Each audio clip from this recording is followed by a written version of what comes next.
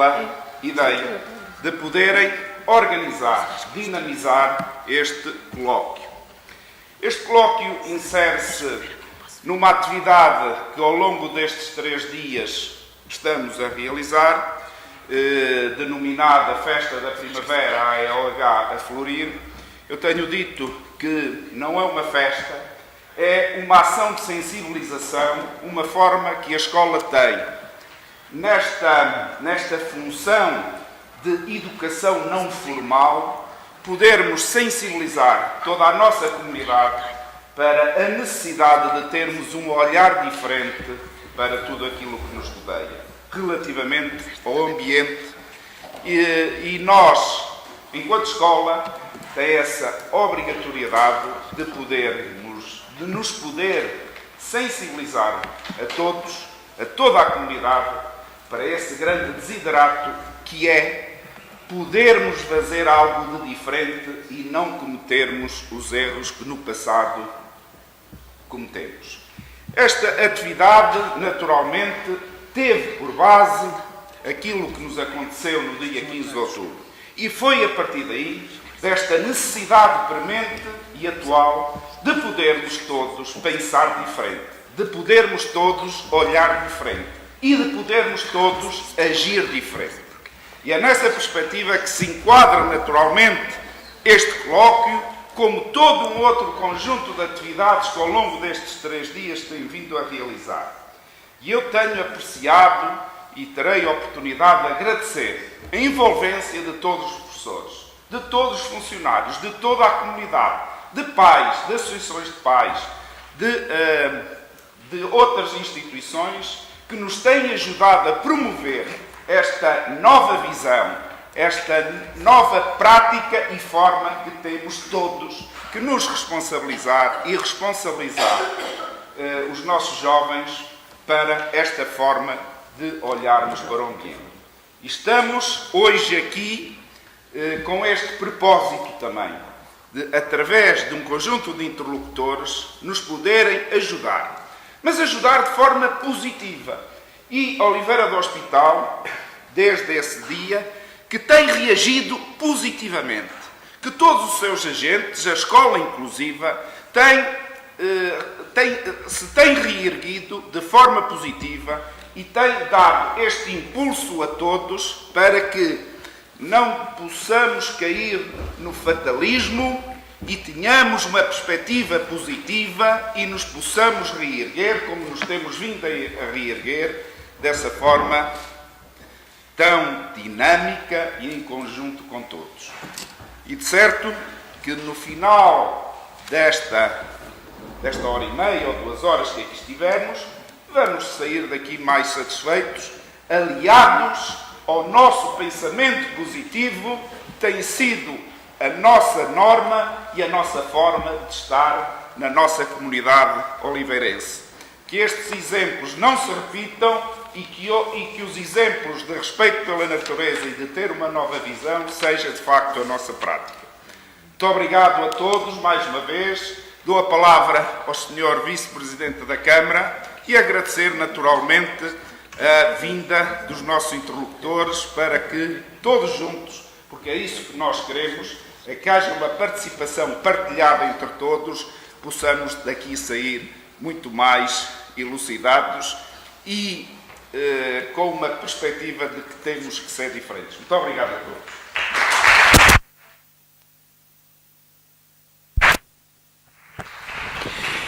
Então, muito boa tarde a todas e a todos.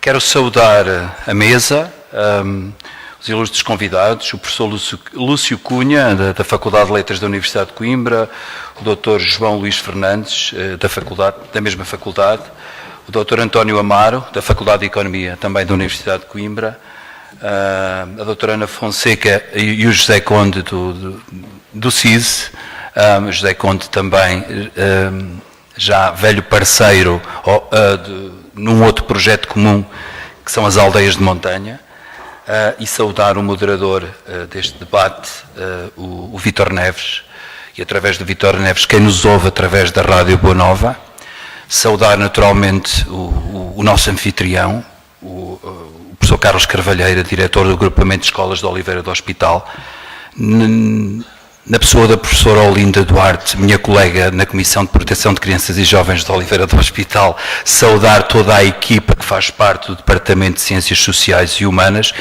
ao fim e ao cabo também tomo assim, é o meu departamento, saudar todos os professores, os educadores, os pais, os alunos, os senhores autarcas, os jornalistas, os cidadãos que vieram até este debate, que pretende ser clarificador e, como disse aqui, e bem, o senhor diretor do agrupamento, pretende ser um contributo positivo para o reerguer, para o levantar, para o recuperar, para o renascer de Oliveira do Hospital.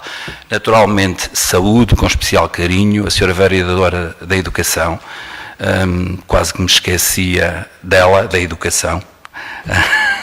Seria uma falta de educação não a saudar.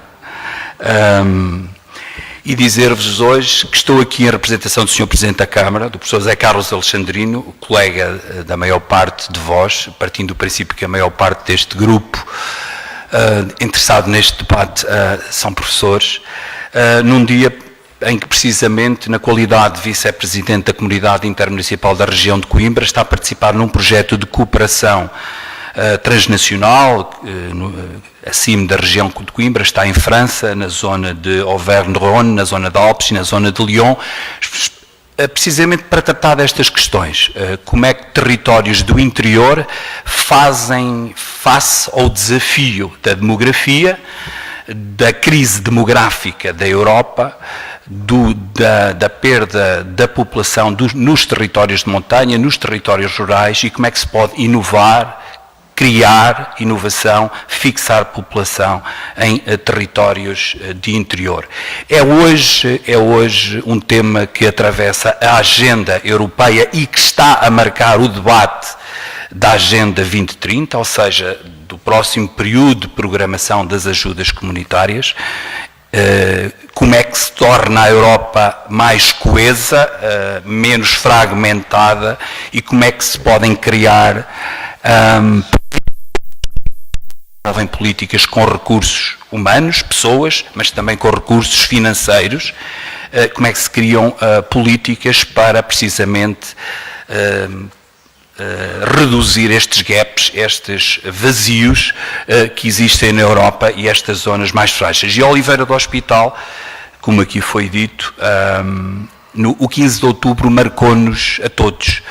E o grau de devastação dos incêndios, o grau de devastação que teve sobre as pessoas e o seu ânimo, obrigou-nos a repensar e a agir rápido. Eu não vou fazer o balanço, não é hoje o dia, para fazer o balanço de tudo o que o município fez em parceria com os parceiros da comunidade, com a escola, com as empresas, com a economia social, com os cidadãos, com os movimentos de voluntariado, com os organismos da administração central desconcentrada, com a administração central, com o governo. Não vou fazer o balanço, vou apenas aqui deixar a nota de um reconhecimento a todos aqueles que ajudaram a reerguer, a recuperar Oliveira do Hospital, agradecer a todos aqueles que, com o seu contributo, pela sua inteligência, pelo seu apoio físico, pelo seu apoio financeiro, ajudaram a retomar a normalidade possível num território que foi afetado em 97% da sua superfície,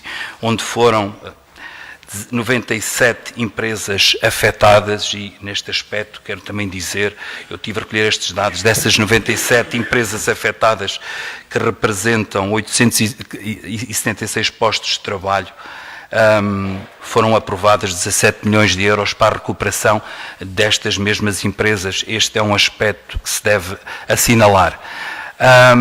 E queria também dizer, eu faço já a minha declaração de interesses, não sou catastrofista e sofro para alguns do mal, padeço do mal do otimismo, sou um otimista, acredito na capacidade dos cidadãos, na capacidade de transformação dos cidadãos, acredito nas nossas capacidades criativas. E a este exemplo quero também saudar como relevante e positivo, um importante contributo para a comunidade, aquilo que o agrupamento de escolas de Oliveira do Hospital, toda a comunidade educativa está a fazer com esta iniciativa, a ajudar a florir, não só a florir ambientalmente, mas também a fazer florescer ideias, criatividade, debate, reflexão, a nossa comunidade oliveirense. E dizer-vos também que todos os contributos que nascerem deste debate, se forem produzidas atas ou documentos, síntese, memorandos, enviem-nos à Câmara Municipal. Teremos a humildade democrática para os acolher, para refletir sobre eles, porque todos os contributos são indispensáveis, são fundamentais para organizar políticas, para tomar medidas e todas as cabeças não são demais para ajudar a recuperar Oliveira do Hospital, talvez do maior cataclismo natural que alguma vez afetou este território. Mas não somos gente de desistir, não somos gente de baixar os braços, somos gente de luta, somos gente de confiança, e quando digo nós, não é nós aqueles que estão na Câmara Municipal, somos nós, comunidade oliveirense, somos nós, cidadãos residentes em Oliveira do Hospital, somos nós, cidadãos que trabalhamos, criamos, trabalhamos em Oliveira do Hospital. E concluo dizendo que, concluo por agora, depois acho que tenho que ir para o lado de lá, não é? Acho eu, ou fico por aqui, como quiserem. Eu acho que nós, mais do que partidos, precisamos de uma força inteira para dar a volta a um território que precisa, e particularmente a um concelho que, pela sua tradição empreendedora, nós temos um concelho de gente empreendedora. Oliveira do Hospital, em termos do interior do país, é marca por ser tradicionalmente um exemplo. Eu lembro que quando estudava nos anos 80 Sociologia, falava-se na Covilhã, em Oliveira do Hospital e mais alguns concelhos como exemplos da industrialização um surto que começou nos anos 50, o da Covilhã é naturalmente interior. Portanto, somos gente de tradição empreendedora, criadores de empresas, de postos de trabalho, criadores de riqueza. Mas dizia-me que o caminho faz-se, e termino assim, com estas notas. Continuar a investir e reforçar a educação e a formação, apostar nos cidadãos, no capital humano. As pessoas são o centro e as pessoas é que têm a capacidade de transformar e de produzir. E temos os ingredientes. O Concelho de Oliveira do Hospital oferece ensino desde o pré-escolar até ao ensino superior ao grau de mestrado. É importante para Oliveira do Hospital, é um fator competitivo para Oliveira do Hospital. Continuar a investir na educação e na formação das crianças aos jovens e aos adultos, formação para ativos também. Continuar a investir e a apoiar a iniciativa privada de caráter empresarial. E temos os ingredientes para isso.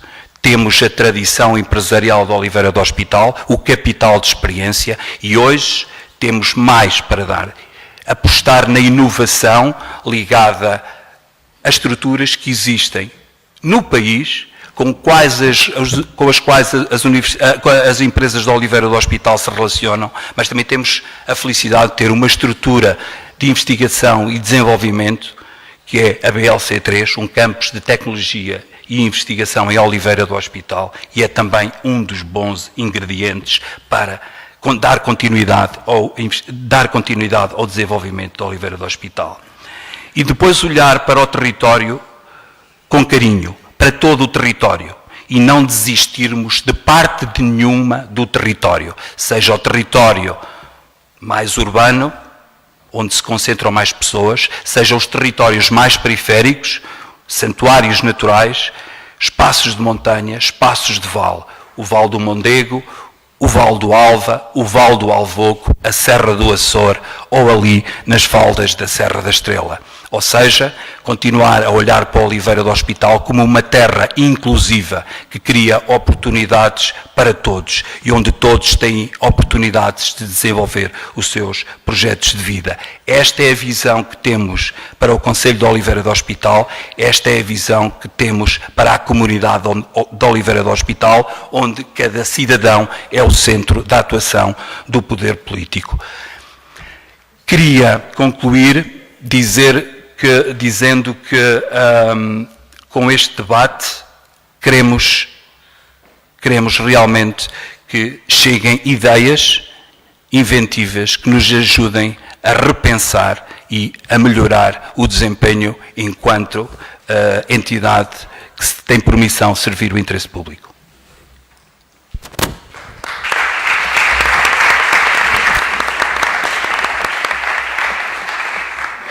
Então, muito obrigada, Sr. Vereador. Eu posso, então, dar continuidade. Boa tarde a todos. Começo por agradecer a todas as personalidades e entidades que aceitaram participar neste debate, que pretende discutir o presente e perspectivar o futuro do nosso interior. Cumpre-me aqui agora a honrosa tarefa de apresentar em particular os vários participantes. As breves notas não ultrapassarão naturalmente os resumidos passos do seu percurso. Não permite o tempo que me alongue em merecedoras considerações que fazem parte das vivências dos participantes. Assim, serei breve e por isso peço desculpa às pessoas que vou apresentar. Muito vai ficar por dizer, inevitavelmente, no que se refere às manifestações das suas produções científico-pedagógicas. Então, o Sr. Professor Dr. Lúcio Cunha é geógrafo e doutor com agregação em Geografia Física, é professor catedrático no Departamento de Geografia e Turismo da Faculdade de Letras da Universidade de Coimbra e investigador do Centro de Estudos de Geografia e Ordenamento do Território. É membro do Conselho Geral da Universidade de Coimbra e foi presidente do Conselho Diretivo, vice-presidente do Conselho Científico da Faculdade de Letras e diretor do Departamento de Geografia. É membro ainda da Comissão Científica do Centro de Estudos Ibéricos, da Federação Portuguesa de Espeleologia e da Sociedade Portuguesa de Espeleologia. Participou em vários projetos de investigação nacionais e internacionais, em alguns casos com tarefas de coordenação. Tem publicado mais de 300 de trabalhos sobre os temas a que se tem dedicado: riscos geomorfológicos, riscos climáticos, geografia física, ordenamento do território e estudos ambientais. Proferiu conferências em várias instituições do ensino superior em vários países. Integra o Conselho Científico ou editorial de várias revistas nacionais e estrangeiras. Passo a apresentar também o Sr. Professor Dr. João Luís Fernandes, com doutoramento em Geografia e professor do Departamento de Geografia e Turismo da Faculdade de Letras da Universidade de Coimbra e investigador do Centro de Estudos em Geografia e Ordenamento do Território das Universidades de Coimbra, Porto e Minho. Tem realizado trabalhos e serviços de docência nas áreas da geografia cultural e política, com interesse nas dinâmicas desiguais da globalização e respectivos efeitos territoriais. Tem-se debruçado sobre as relações entre espaço, cultura e poder, com enfoque particular nos conflitos territoriais em múltiplas escalas geográficas, da geopolítica local aos fatores da instabilidade transnacional. Tem centrado parte da sua investigação na dimensão política do património e dos fluxos, em particular do turismo. Foi professor convidado da Universidade Católica e é membro da rede SILF, promovida pela Fundação Tóquio. Coordenou ou fez parte de projetos de investigação no continente africano, Marrocos e Quénia e no Brasil. Na Universidade de Coimbra tem assumido cargos de coordenação da mobilidade internacional. Sr. Professor Dr. António Rafael Amaro atua na área da História Económica e Contemporânea, mestre e doutorado em História Contemporânea, com a tese publicada em Economia e Desenvolvimento da Beira Alta, do fim da monarquia à Segunda Guerra Mundial. É professor auxiliar na Faculdade de Economia da Universidade de Coimbra, Grupo de História Económica. Tem 5 livros publicados e dezenas de artigos em revistas da especialidade. É vice-coordenador científico do Centro de Estudos Interdisciplinares do século XX da Universidade de Coimbra, onde coordena o Programa Estratégico de Investigação 2 séculos de liberalismo, de 1820 a 2020, formas de Estado, movimentos sociais, dispositivos de subjetivação. Temos também connosco o CISE, que é o Centro de Interpretação da Serra da Estrela, aqui representado pelos Srs. Doutores Ana Fonseca e José Conde. O CIS é uma estrutura do município de Ceia, vocacionada para a promoção do conhecimento e divulgação do património ambiental da Serra da Estrela, que apresenta como objetivos promover atividades no âmbito da interpretação da natureza, apoiar a investigação científica, desenvolver projetos de educação ambiental e fomentar o turismo da natureza. A persecução destes objetivos é feita através da organização de exposições, da realização de cursos temáticos de natureza, de saídas de campo e da publicação de materiais informativos relativos ao património ambiental da região. Através do estabelecimento de parcerias com instituições do ensino superior, politécnico e universitário, o CISE pretende ser parte ativa no desenvolvimento de projetos de investigação que se realizam na área do Parque Natural da Serra da Estrela. E, por fim, mas não menos importante, o Dr. Vítor Neves, que está aqui ao meu lado, que vai ser o nosso moderador convidado para esta sessão. É bacharel, licenciado e MBA em Gestão de Empresas. A sua experiência profissional em Gestão de Empresas reparte-se já por Portugal, Espanha, Zimbábue, África do Sul, Moçambique e Brasil. É um homem da comunicação, foi colaborador fundador da Rádio Boa Nova há 33 anos, de que é diretor e quase há tanto tempo escreve no jornal Folha do Centro e em outras publicações escritas, da qual já editou um livro. Colabora com o nosso agrupamento assiduamente, aceita sempre os nossos reptos e nós saímos sempre a ganhar com a sua presença. Vítor Neves é um exímio comunicador e moderador. Bem-ajam a todos pela vossa presença e vamos então dar início ao nosso debate. Muito obrigado.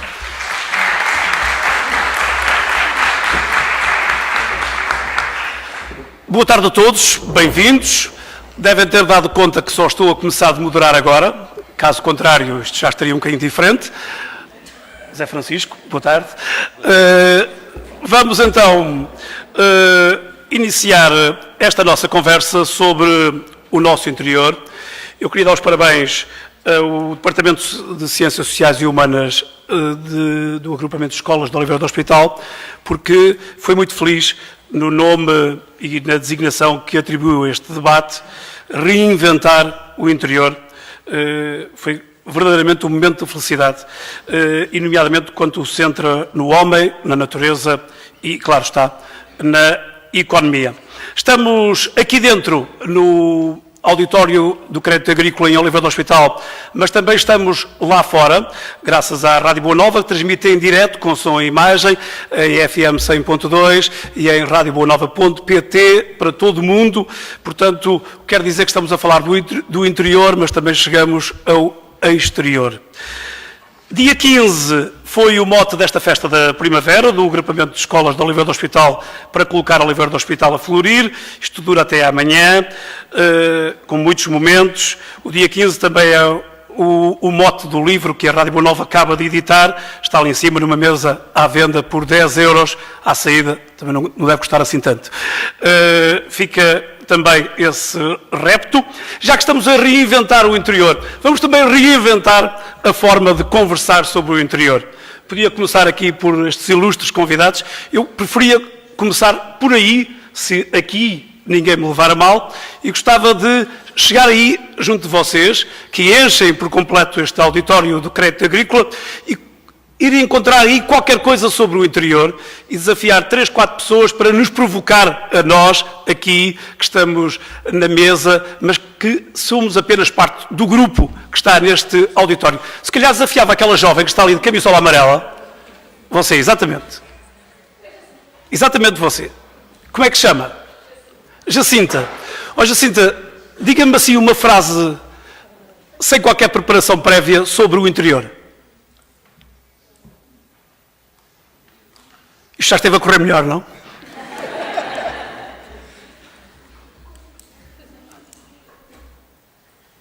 Com essa parte concordo, e a outra? Jacinta, já eu volto. Este senhor que está aqui a olhar para mim, boa tarde, uma frase sobre o interior. Você mesmo. Não se junta à Jacinta, está lá em cima.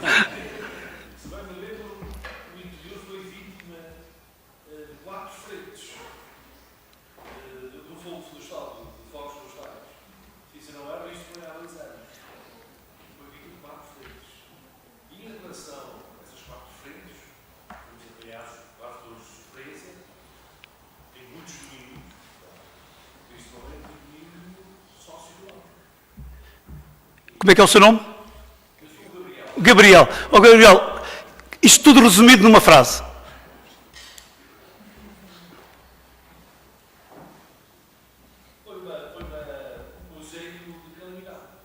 Muito obrigado, Gabriel. Jacinta, já vou.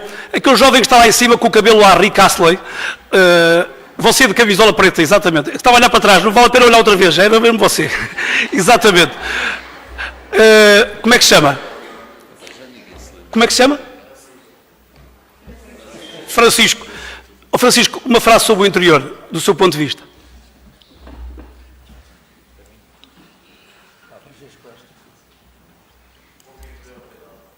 Pouca empregabilidade. É uma estupenda provocação. Agora vamos escolher aquele senhor que está ali a coçar a cabeça com barba. Como é que se chama? Também Francisco. Uma frase sobre o interior.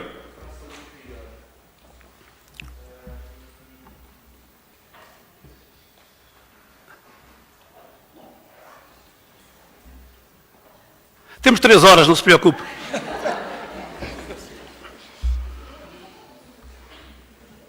Já vou, Francisco. Jacinta, já tem a frase?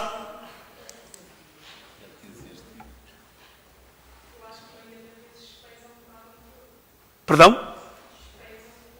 Despreza o interior. Muito bem. Muito obrigado, Jacinta. Francisco.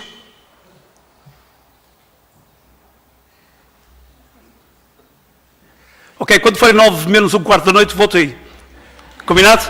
Muito obrigado. Estamos a tentar desafiar a que vocês façam parte da nossa conversa e para dar outra geografia à conversa, vou desafiar o João Luís Fernandes, que em 5 minutos nos fale da geografia humana em todo este processo de reinventar o interior. Recordando que em pouco mais de 50 anos o interior perdeu quase 40% da população.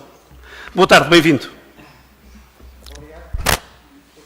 Agradeço o convite e cumprimentos também à organização e à mesa, Sr. Vice-Presidente, Sr. Diretor do Agrupamento de Escolas. É um prazer estar aqui e, de facto, chegarmos e termos um auditório tão composto. É sinal que, de facto, a geografia humana está presente.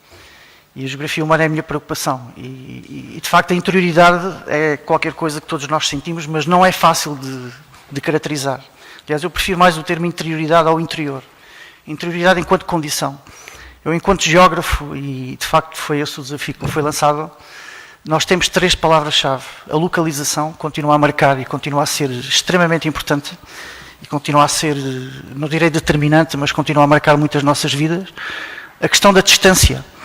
A distância é um termo fundamental para as nossas opções e registrei a questão do desprezo, a questão da empregabilidade. Tem tudo a ver com distâncias, e as distâncias com as quais nós lidamos são muitas e são distâncias complexas, nem sempre quantificáveis. E depois há aqui um outro termo que é a questão das acessibilidades. O acesso. Não é só o acesso a um lugar que esteja mais longe, é o acesso ao serviço, o acesso à educação, o acesso ao emprego. E, portanto, eu diria que para nós, se queremos abordar efetivamente a temática da interioridade por via da geografia humana, temos que começar por estes 3 conceitos. Há outra questão que é aqui fundamental, a questão da demografia, que também foi colocada. Perdemos população. E aqui estamos a viver um conjunto de paradoxos. E estamos, aliás, uma organização ligada a uma escola, a um agrupamento escolar, que me parece de facto enfim, de um envolvimento muito pertinente nestas matérias. Eu poderia falar relativamente aos diferentes paradoxos que envolvem esta temática da interioridade e do interior, mas há um que me parece fundamental e tem a ver precisamente com a população mais jovem. Nós hoje já não, aliás, falamos em demografia, mas há autores que já acrescentam outro termo, demografia política. É um conceito que começa a emergir, porque todos nós temos consciência das consequências políticas, das dinâmicas demográficas que existem em diferentes territórios. E qual é o primeiro paradoxo? O primeiro paradoxo é que nós educamos os nossos jovens para se abrirem ao mundo. Ou seja, os nossos jovens têm direito a sair, os nossos jovens têm direito a procurar emprego, os nossos jovens têm direito a procurar soluções e construir a sua vida e o seu projeto de vida da forma, eu diria, mais consequente possível. Agora, há também o direito a ficar. O direito a não se afastarem dos seus territórios, o direito a construírem a sua vida dentro de um espaço que lhes é familiar. É evidente que aqui entre este direito a sair e o direito a ficar há uma distância muito grande que cabe às instituições, que cabe obviamente à criação de lugares que tragam maiores ou menores oportunidades, que tragam níveis maiores ou menores de acessibilidade, que consigam efetivamente encurtar as distâncias entre aquilo que nós desejamos e aquilo que é possível alcançar. Portanto, eu diria que a temática da população jovem, da educação e, sobretudo, do papel das instituições, eu diria da inovação institucional, é aqui fundamental. Portanto, eu desenvolver estas ideias, porque, enfim, eu também não tenho uma visão pessimista destas matérias, mas as tendências de fundo, elas efetivamente apontam para a concentração. As tendências de fundo apontam para a polarização. As tendências de fundo apontam para, eu diria, a menor distribuição dos recursos. Isso há estudos feitos, não é só em Portugal, há estudos feitos em muitos países que apontam que esta nova economia digital, ela é tendencialmente mais polarizadora. Cria oportunidades e nós vamos ter que as aproveitar com certeza absoluta, e há bons exemplos em Portugal, mas se nós entrarmos passivamente na sociedade de informação, nós, efetivamente, vamos participar nessa tendência de concentração, que não é uma boa notícia. Agora, cabe-nos, efetivamente, a nós e aos recursos humanos que nós, efetivamente, prepararmos para contrariar essa tendência de fundo, que não é uma tendência fácil de contrariar, mas não é impossível.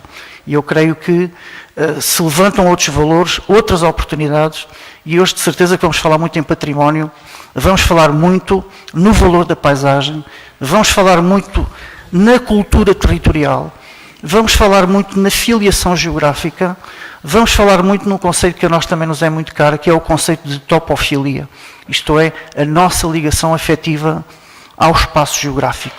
E este é um conceito que tem que ser trabalhado muito cedo e tem que ser trabalhado de forma transversal. E também vamos falar muito de uma outra questão, e voltando àquela questão das distâncias. Hoje não é só no interior ou nesta interioridade que nós estamos a discutir, inclusive nas áreas urbanas. Hoje estamos todos muito longe uns dos outros.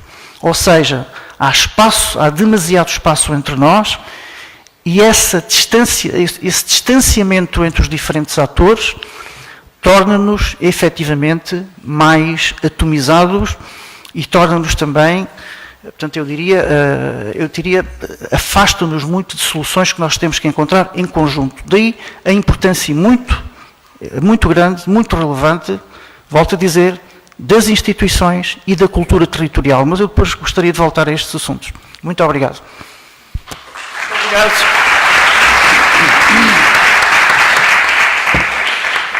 João Luís Fernandes disse aí uma expressão que fiquei até surpreendido de não ter sido aplaudida, e permita-me que abuse da sua expressão para a sublinhar: o direito a ficar. Caramba, quem é daqui, quem gosta de estar aqui, quem se sente bem aqui, quem se realiza aqui, tem o direito a ficar aqui. E eu gostava de dar um abraço por essa frase, que me pareceu muito feliz, e que foi o início que eu diria, costuma-se dizer que é fechar com chave de ouro. Eu creio que iniciou com a chave de ouro esta nossa conversa. E vamos chamar à conversa Lúcio Cunha. Continuamos em geografia, desta vez na geografia física. António Barreto, conhecido opinador e sociólogo, dizia aqui há dias que há aqui uma confusão neste conceito interior entre despovoamento e desertificação, que não é bem a mesma coisa, e se calhar não estamos a falar do verdadeiro problema do interior, que é muito mais despovoamento do que desertificação. Serve de provocação para lhe dar 5 minutos de conversa?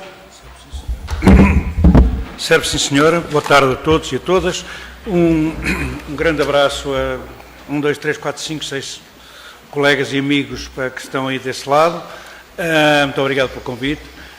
Cumprimentar os colegas da mesa, e o tema da conversa que eu tinha pensado ter convosco tinha a ver sobretudo com a questão dos riscos naturais.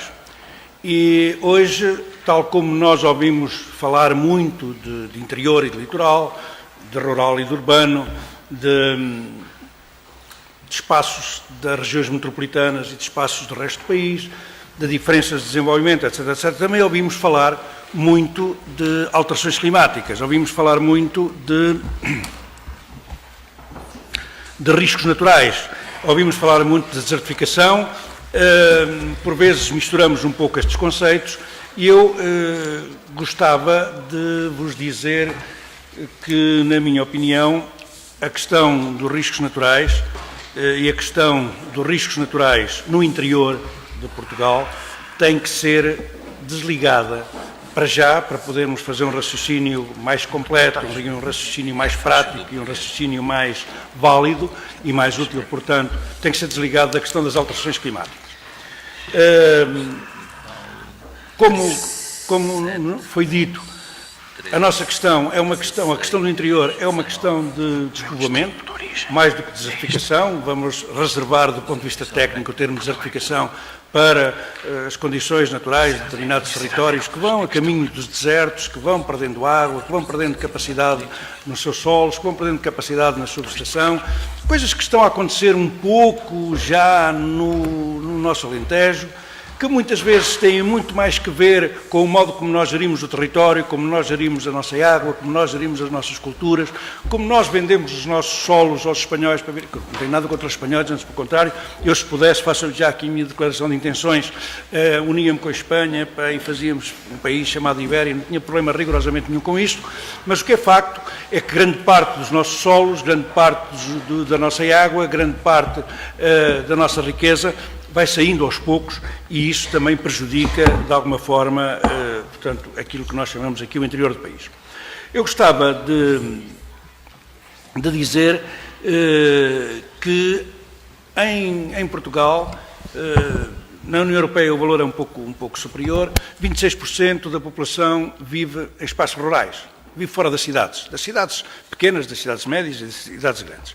O que levanta uma série de problemas de envelhecimento da população, problemas de diminuição da população, problemas a nível do abandono agrícola, problemas do aumento da área florestal e problemas que depois, conjugados com uma série de outros, nomeadamente a própria capacidade ou dificuldade das câmaras municipais, por exemplo, poderem, de facto, ajudar no cadastro, poderem de facto saber o que é de quem, poderem de facto ajudar a fazer as faixas de gestão de combustíveis, etc, etc, levam a que todos os anos nós tenhamos problemas sérios, que têm garantidamente a ver com o clima, que têm garantidamente a ver com a meteorologia, que têm garantidamente a ver com as temperaturas, com a umidade, com essas coisas todas, mas que têm sobretudo a ver com a nossa incapacidade de fazer a gestão florestal, com a nossa capacidade de manter um ordenamento florestal capaz, com a nossa incapacidade de nos relacionarmos inclusivamente com, digamos, a parte económica e com a parte comercial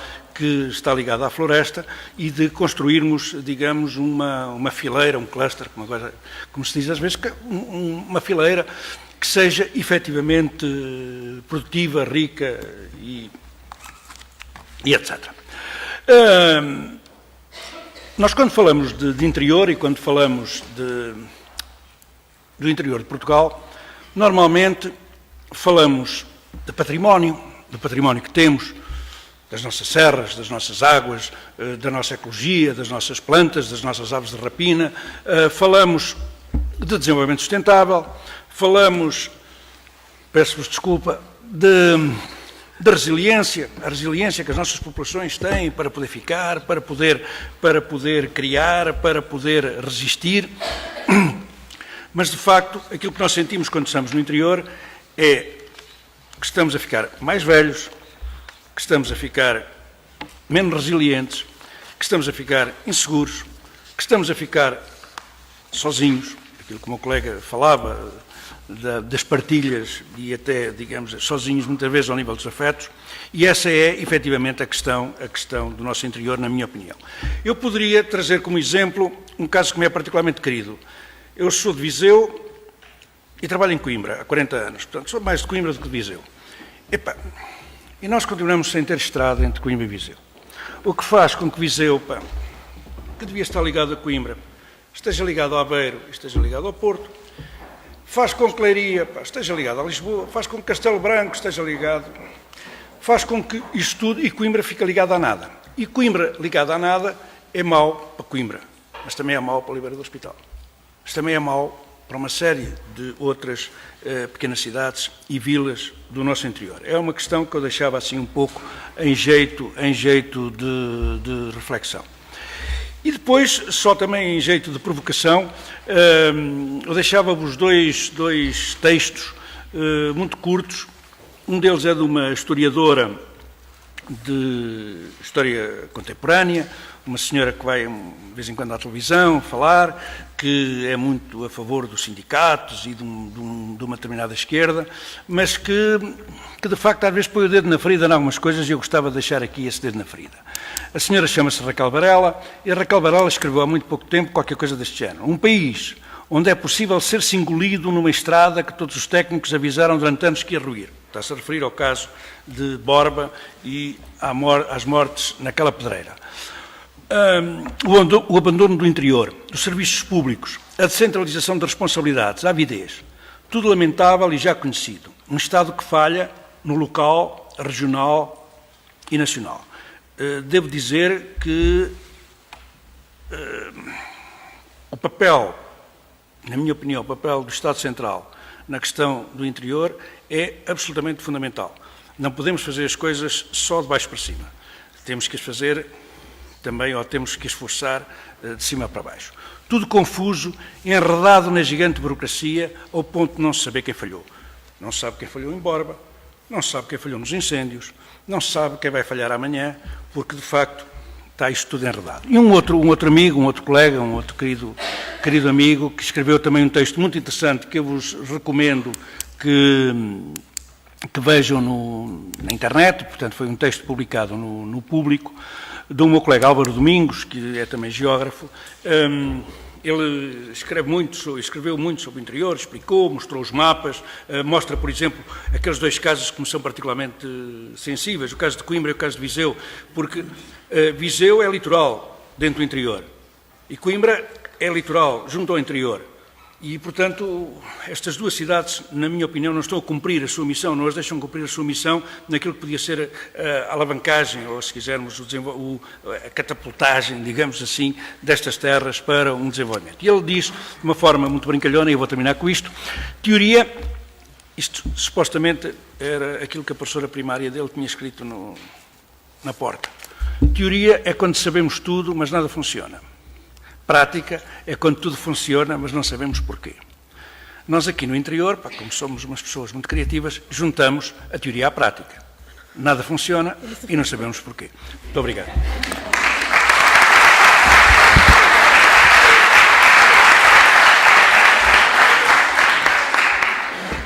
Muito obrigado, Lúcio Cunha. Voltarei a si para conferirmos a teoria e percebermos como é que podemos mudar a prática. Falar em teoria. Em maio de 2018 foi finalizado um relatório que foi denominado como Movimento pelo Interior. Está disponível na internet. Tem assim uma capinha verde, o que não deixa de ser um sinal de esperança. E para chamar à conversa, António Amaro, neste relatório diz-se que na faixa litoral do nosso país está concentrada 83% da riqueza produzida, 89% dos alunos do ensino superior e 89% das dormidas turísticas.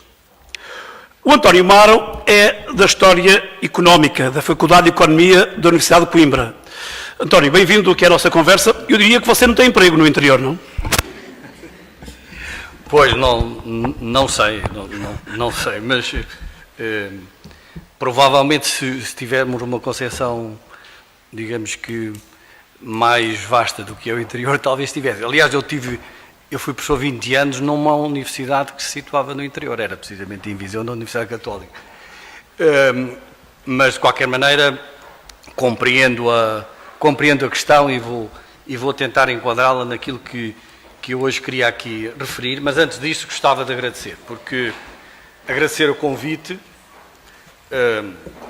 Aqueles que me conhecem sabem que eu sou da Oliveira do Hospital e, portanto, estou em casa nesse aspecto e, portanto, até por isso é uma honra muito grande poder estar aqui e participar nesta mesa e por isso agradecer ao agrupamento de escolas e felicitar o Sr. Presidente e ao mesmo tempo o Departamento de Ciências Sociais e Humanas pelo convite que me fizeram, aliás, onde estava também uma colega minha da Faculdade da Universidade de Coimbra e, portanto, minha colega que também felicito o Sr. Vereador, a Sra. Vereadora e todos os presentes e, portanto, respondendo à provocação que me fez e muito bem, eu ia com outra provocação e no sentido de ver se animamos também o debate, que aliás já está animado com grandes ideias que aqui já passaram, que é esta. Eu tenho para mim que, do ponto de vista daquilo que são os 45 anos de um Estado democrático, eu tenho para mim que aquilo que se passa com o país do ponto de vista da coesão, ou da falta de coesão territorial, é talvez uma das maiores lacunas daquilo que é o nosso Portugal democrático.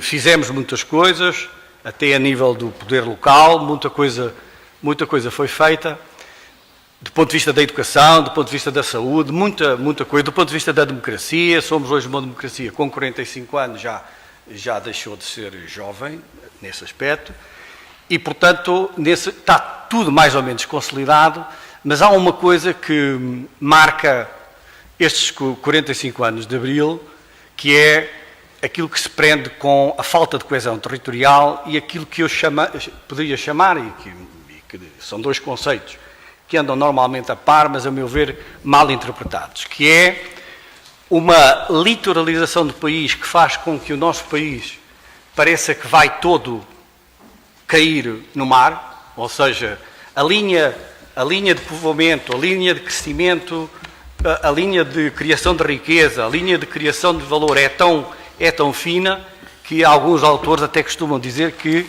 se não temos algum cuidado, caímos todos ao mar, tal é a inclinação que nesse aspecto existe. E o outro conceito que está ligado a este é o conceito de centralização. Ou seja, em todos os rankings internacionais, a OCDE publicou há pouco tempo algo que vem nesse sentido, não obstante a descentralização que tem vindo a fazer até durante este ano, neste caso, para as autarquias locais, mas dizia eu que o ranking de centralização é de tal forma grande que nesse ranking que a OCDE publicou, Portugal está entre os países que menos transfere do seu orçamento de Estado para, digamos que, os poderes regionais, aos poderes, neste caso, poderes locais, que são os únicos poderes autárquicos que é, digamos, os municípios e as freguesias. E, portanto, o que eu gostava de dizer é que aquilo que mais nos deve chocar, mas é chocar mesmo, é o facto de, depois de 45 anos de Abril, nós não só não estamos melhor, como estamos muito pior. E esse é o grande problema. E estamos muito pior, digamos que quem quiser ver as estatísticas, não vou amassar aqui ninguém com números, mas é fácil de comprovar. Estamos tanto pior que, mesmo depois já estávamos muito mal, há 20 anos, quando se tentou fazer a regionalização, e eu já vou dizer porque é que eu falo nisso, fez 20 anos, em novembro de 2018, que se tentou um referendo sobre a regionalização, que aliás está na Constituição, e, portanto, estamos muito pior 20 anos depois do que estávamos nessa altura, e nesse sentido, o que eu gostaria de dizer é que o conceito de litoralização e centralização têm que ser vistos em conjunto, porque são dois conceitos que digamos, são siameses. Ou seja, eles fazem parte de um processo e de um modelo de desenvolvimento da economia portuguesa, da sociedade portuguesa num todo, que são de tal forma siameses que são os principais responsáveis por aquilo que é a falta de coesão territorial. E por isso é que eu digo que aquilo que me choca é porque é que nós não nos indignamos.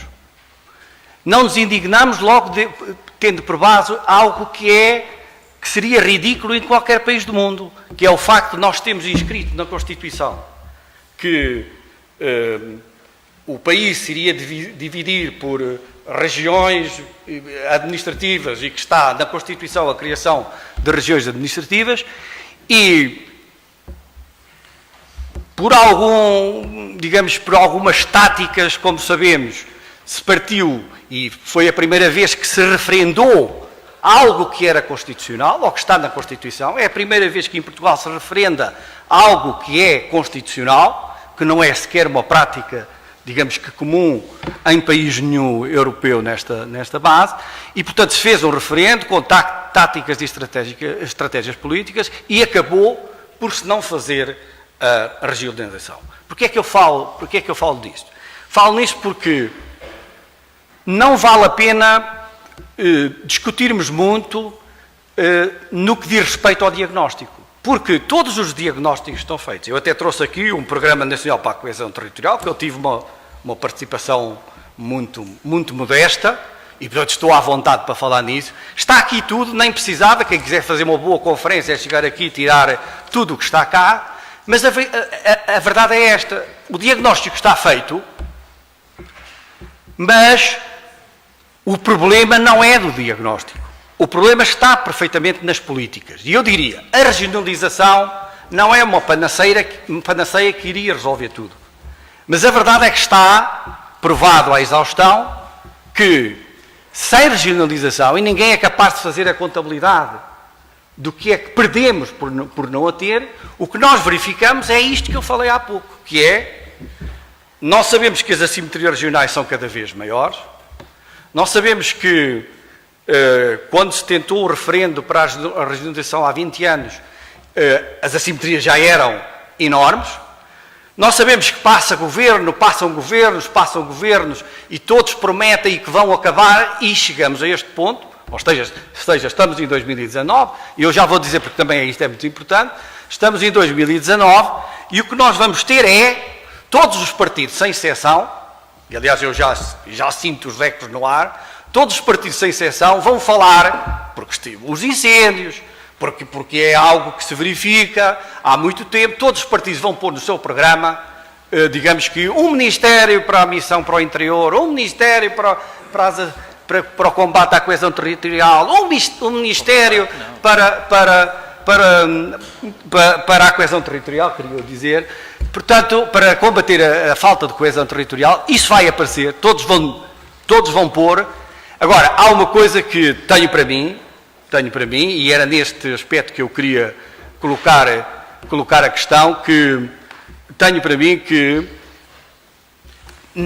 muito pouco se poderá fazer, tal é, digamos que tal é a dimensão das assimetrias, que muito pouco se poderá fazer devido a um círculo vicioso que nós temos no interior, que é este. E se não houver políticas administrativas, ou se quiser, se a regionalização não avançar e não der o poder verdadeiramente às regiões, que é este círculo vicioso que eu falo, significa o quê? Significa que não há população em Lisboa, decides, não há população, fecha-se este e este equipamento, fecha-se este e este equipamento e não há capacidade de atração. E este círculo vicioso repete-se, que aliás é o círculo vicioso da pobreza. Quem conhece os países, quem conhece todas as teorias sobre o subdesenvolvimento, sabe que esse círculo vicioso da pobreza é o pior e é aquele que neste momento estamos a viver. E por isso eu, como tenho pouco tempo, eu diria que assentaria toda a minha reflexão nisto. Ou seja, não vale a pena mais diagnósticos. Todos nós sabemos o que é que se está a passar, todos nós sabemos o que é que está a acontecer e todos nós sabemos que nas últimas décadas o problema, do ponto de vista das assimetrias regionais, tem-se agravado.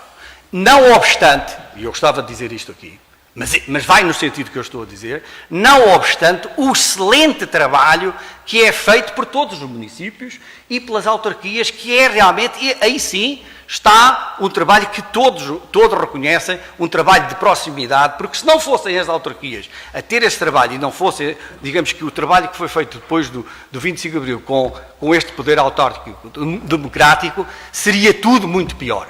Mas, como é evidente, as questões hoje não se resolvem só a nível, digamos que, do município nem da freguesia. É preciso haver uma coordenação, é preciso que alguém coordene essas mesmas políticas. Pouca gente fala, e muitas vezes até é acusando, mas pouca gente refere que as únicas regiões, na última década, as únicas regiões que convergiram para a média europeia, aliás, até Lisboa divergiu, foi os Açores e a Madeira. Mas foi os Açores e a Madeira porquê? Porquê? O que é que seria os Açores e a Madeira sem autonomia, sem, digamos que, esse poder reivindicativo que tem? E por isso o que eu gostaria de dizer é que, e já foi aqui dito pelo meu colega Lúcio, que as coisas não se resolvem só de cima para baixo, ou digamos que de baixo para cima. É óbvio que tem que haver aqui uma interação, mas essa interação é aquilo que eu chamaria a verdadeira reforma do Estado. E a verdadeira reforma do Estado é, sem dúvida nenhuma, a regionalização. Falou-se muito em reforma do Estado, mas a verdadeira reforma era a reforma política administrativa, a reforma que, com a regionalização, desse capacidade a cada região para poder decidir a forma como é que era o seu próprio desenvolvimento. Nós podemos perguntar, mas qual é o medo? Bem, o medo vem de uma cultura, e aqui é que está o problema, vem de uma cultura centralista, que está completamente enraizada, do ponto de vista de uma perspectiva histórica. Toda a gente sabe que isso é verdade, o Estado não foi centralista, a República foi centralista, o liberalismo foi centralista, e é por isso que as regiões administrativas, ou a criação das regiões administrativas, estava e está na Constituição, porque aí se considerava que era a única forma de criar, digamos que, o desenvolvimento para o país. E, portanto, eu diria que está na altura, e eu penso que é a altura, de as populações terem esta consciência de que é possível fazer muito pelo interior, mas se não houver, a meu ver, uma reforma administrativa do Estado que assente nas chamadas regiões plano e que não entre num debate de criar regiões por tudo que é sítio de uma forma completamente desordenada, porque essa é a forma de inquinar, obviamente, o problema político, porque as regiões planos estão aí, não há, digamos que elas já estão a atuar, a única diferença que tem é que são nomeadas pelo próprio Governo, respondem ao Poder Central e, quando muito, vão respondendo atomisticamente a cada município que vai pedindo isto ou aquilo. Só que administram do ponto de vista financeiro tudo aquilo que é grandes projetos europeus para o próprio desenvolvimento e não respondem politicamente perante nada. Eu estou à vontade por outra razão. Vamos a ter que regionalizar o tempo. Só dizer isto, para terminar, e eu depois tenho muito gosto em poder desenvolver este assunto, mas só para terminar. Eu, por atitude cívica, sou também deputado de uma comunidade intermunicipal. Neste caso, Comunidade Intermunicipal Viseu de Alafões. Fui para lá só para dizer em todas as assembleias que aquilo foi mais uma entropia do que propriamente alguma coisa que sirva verdadeiramente para o desenvolvimento regional. Eu tenho que dizer isto, porque digo lá com toda a franqueza. E porquê? Porque não é uma autarquia, não tem legitimidade política nem democrática, mesmo os deputados que se sentam na Assembleia Intermunicipal, como é o meu caso, sou eleito numa Assembleia Municipal, e depois, obviamente, que todos nós sabemos que a direção depende daquilo que é a vontade do Presidente da Câmara. E cada Presidente da Câmara, e faz o seu papel, tenta ir buscar o máximo possível para o seu município. Não tem, portanto, papel nenhum coordenador. E por isso é que eu digo que está da altura, e com isto termino para responder à provocação. Eu tinha aqui o papel de moderador. Ok, está da altura de as pessoas se indignarem verdadeiramente e terem aqui um sobressalto político para dizer verdadeiramente aquilo que querem para o interior. E, portanto, para o interior só é possível dar a volta a isto mudando o próprio modelo de desenvolvimento que nos levou até aqui. Se for o mesmo modelo, eu acho que o que vai acontecer é cada vez mais falta de coesão e cada vez mais dificuldade para o desenvolvimento. É isso. António Mário, muito obrigado.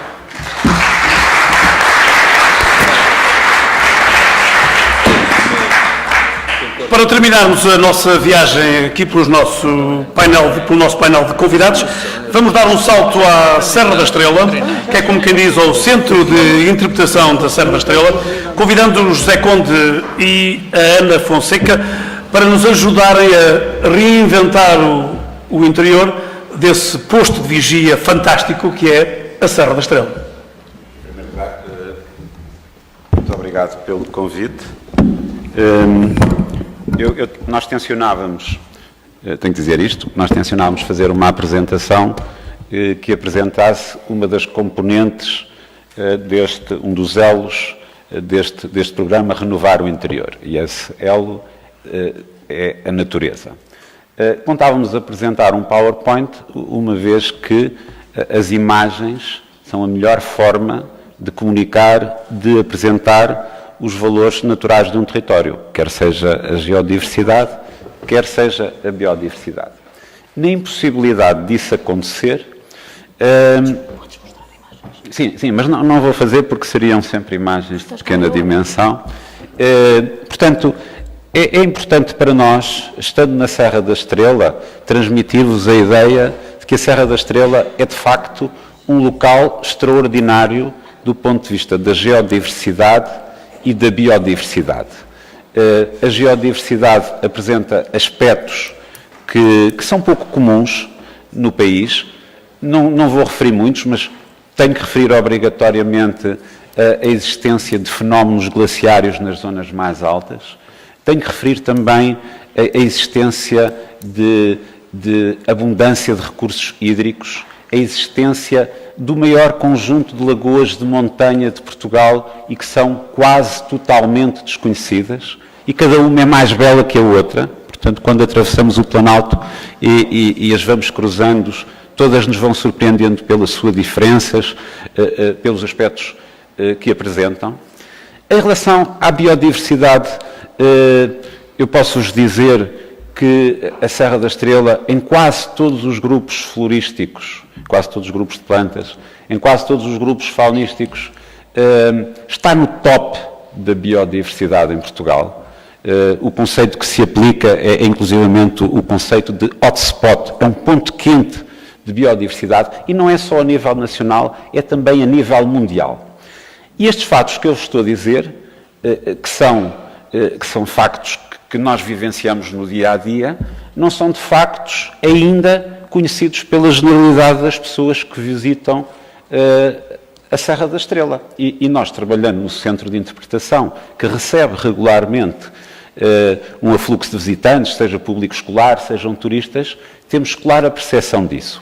Portanto, aqui há também uma obrigação da nossa parte de poder contrariar essa tendência. Mas, apesar disso, nós ainda verificamos mais. Nós verificamos que, infelizmente, e apesar da Serra da Estrela ser um parque natural e, por isso, merecer uma atenção especial por parte do Estado, merecer uma discriminação positiva, dever merecer uma discriminação positiva a nível do desenvolvimento socioeconómico, portanto, é uma compensação para as populações por se encontrarem em territórios em que há limitações a algumas atividades. Apesar disso, também nos apercebemos que há muitas falhas a nível da gestão do território e que muitas vezes até a melhor gestão que observamos na Serra da Estrela é a não gestão, que é a gestão de conservação, a não gestão da conservação, também é uma forma legítima de gestão. Agora, o que ainda é mais preocupante é que colocamos a relevância do património natural dentro das áreas protegidas, quando muito nas áreas classificadas, se considerarmos a rede Natura 2000. Mas o património natural, a natureza, é omnipresente e ubíqua, pelo menos na biosfera, não é? Não considerando outras dimensões planetárias, sabemos que é ubíqua. E nessa ubiquidade, este elo deste tema parece não contar. E quando conta, nós referimos a aspectos que nos parecem interessantes, mas muitas vezes ficam aquém do verdadeiro valor natural dos vários locais. Portanto, o desafio que nós queríamos deixar aqui é que Oliveira do Hospital não inclui nenhuma área protegida, não está dentro dos limites do Parque Natural da Serra da Estrela, tem uma área classificada, provavelmente desconhecida pela maioria, que é o sítio de importância Carregal do Sal, que foi designado a nível europeu para a conservação de uma espécie de ocorrência rara, mas que é um narciso, obrigado, que é uma espécie de planta exclusiva desta região, narciso do Mondego.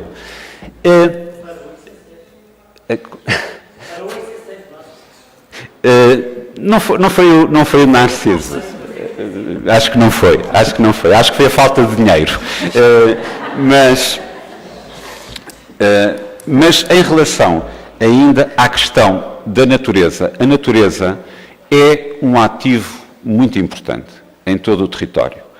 E Oliveira do Hospital não deixa de ter locais muito interessantes, não deixa de ter uma biodiversidade interessantíssima e, portanto, nós julgamos que nós não sabemos qual é o modelo de desenvolvimento, nós somos apenas biólogos, não temos uma visão tão integrada quanto os geólogos, mas parece-nos claro que o turismo de natureza deve ser uma das apostas, portanto, também não podemos pôr todos os ovos no mesmo cesto, não é? Portanto, deve ser uma das apostas do território. Há muitas de desenvolvimento do território, há muitas formas de o fazer e eu quero só terminar o meu comentário referindo uma imagem que eu não pude mostrar e que eu gostaria muito de ter mostrado na apresentação que tinha feito, que é uma imagem que é paradigmática,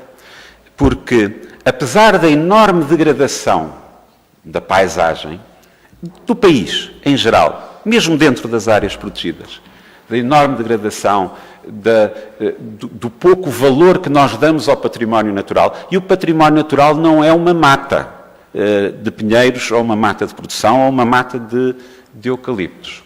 Apesar disso, a biodiversidade está presente. E eu ia terminar a minha apresentação mostrando uma imagem de um lince captada próximo do Vale do Ceia, precisamente em Oliveira do Hospital. E esta imagem do lince eu acho que revela que ainda há esperança de nós podermos de facto alterar o modelo e de procurar um lugar que seja mais harmonioso para todos e que ao mesmo tempo possa trazer outros retornos e retornos interessantes do ponto de vista económico. Era só isto que queria dizer.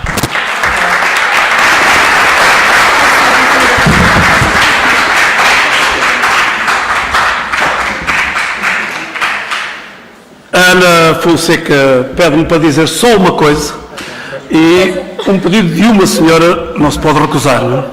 Eu peço desculpa por ter passado isso. A geneira. Não, em seguimento do que o Zé estava a dizer, que realmente esta região, o interior, tem um património natural e cultural também, não é? Muito, muito importante. E muito importante também para um desenvolvimento estratégico a nível de turismo. Eu aqui realçava mesmo a importância dos centros de interpretação como equipamentos da própria interpretação de património. Se calhar uma disciplina muito desconhecida em Portugal, mas que refere isso mesmo e cujo fim principal é esse mesmo, a gestão de território, a conservação de natureza, conservação do património ambiental e como, criando mesmo nos visitantes, nas pessoas que vivem cá, uma ligação ao património e ao recurso, uma identidade e uma ligação, porque nós, se calhar eu e o Zé dizemos muito, porque há um narciso e ficamos, fixe, e a maior parte dos visitantes é fofinho.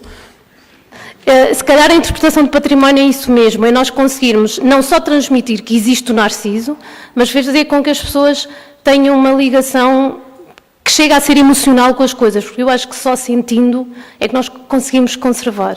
É mesmo a teoria do toda a gente sabe que se tem que poupar água, toda a gente sabe que se tem que separar o lixo. Quem faz isso?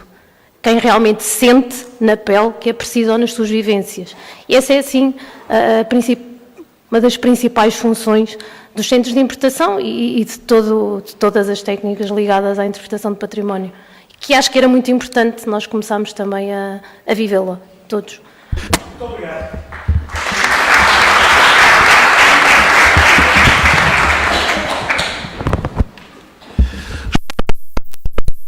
Pontinho às 8 da noite, estamos a tentar contribuir para reinventar o interior, olhando para o homem, para a natureza e para a economia. Vamos conferir algumas das ideias que já aqui foram expostas. Não vamos ter aqui uma conversa a feijões. E, portanto, estamos de acordo, António Amaro, que o diagnóstico está feito, o interior, o despovoamento, o envelhecimento, tudo isso está perfeitamente diagnosticado. Agora temos que dar aqui uma contribuição para que fique em ata, para reinventar o interior.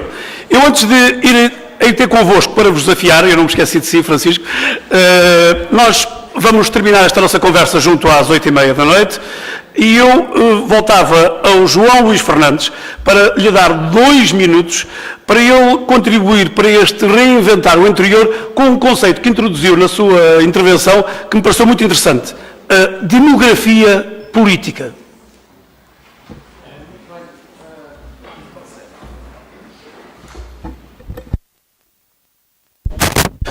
Mesmo 2 minutos, está bem? Muito rapidamente, a demografia política é uma área nova que está a surgir, que no fundo liga a demografia à ciência política, ou seja, a consciência que a falta de coesão do nosso território e as assimetrias que existem em termos demográficos vão ter consequências de natureza política, ao nível da coesão do território, enfim, ao nível, inclusive até da própria soberania. E a questão da soberania já foi aqui hoje falada, e nós temos consciência que estamos a perder soberania sobre partes significativas do nosso território.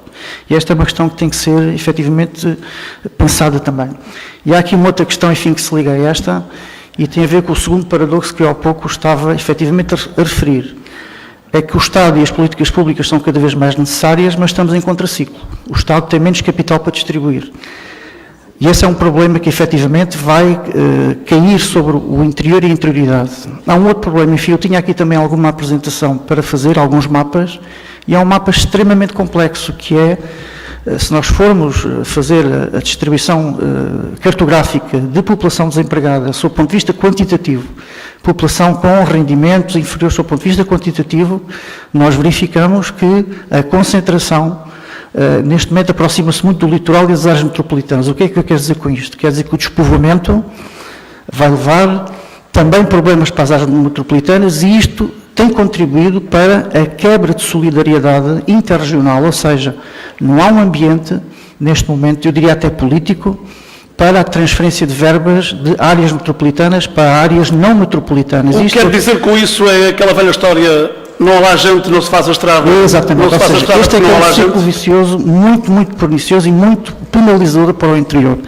E, enfim, qual é a solução para tudo isto? É evidente que não vamos encontrar aqui, mas há caminhos. O caminho é, para já, mudar o léxico. Subsídios, não falar neles. A própria discriminação positiva não parece também um termo que beneficie o interior. Nós sabemos que o interior é A biodiversidade é um serviço. A geodiversidade é um serviço. O ambiente é um serviço. Eu diria a diversidade de opções geográficas é um serviço. A captação de carbono é um serviço, enfim. Não vou entrar por aí porque não é uma área que eu domino bem. Agora, nós temos que entender esses serviços como um bem necessário a Portugal, necessário à Europa e que tem que ser devidamente pagos também. E nesse ponto de vista, também a solução não é muito fácil de encontrar. Eu trabalhei em parques naturais há algum tempo, enfim, na minha tese de doutoramento, e entrevistei muitos autarcas, muito responsáveis por esta área, e uma das questões que me foi levantada, e eu diria quase de modo recorrente, foi, por exemplo, a lei das finanças locais, a forma como a lei das finanças locais está efetivamente estruturada. Vários autarcas me referiram. Não há nada que entre na lei das finanças locais e que valorize o trabalho que nós estamos aqui a fazer para proteger o património, o trabalho que nós estamos aqui a fazer para proteger a paisagem. A lei das finanças locais é um instrumento, eu diria, expansivo, que beneficia a concentração e beneficia, obviamente, as altas densidades. E enquanto não se resolver esse problema de natureza política, vamos continuar neste ciclo. É evidente que eu estava aqui a olhar para o mapa, eu também sou natural do interior, eu sou natural de um distrito que, olhando para este mapa, tem 2 deputados em 230, eu estou a falar do distrito de Porto Alegre. Mais um pouco a norte, Castelo Branco tem 4.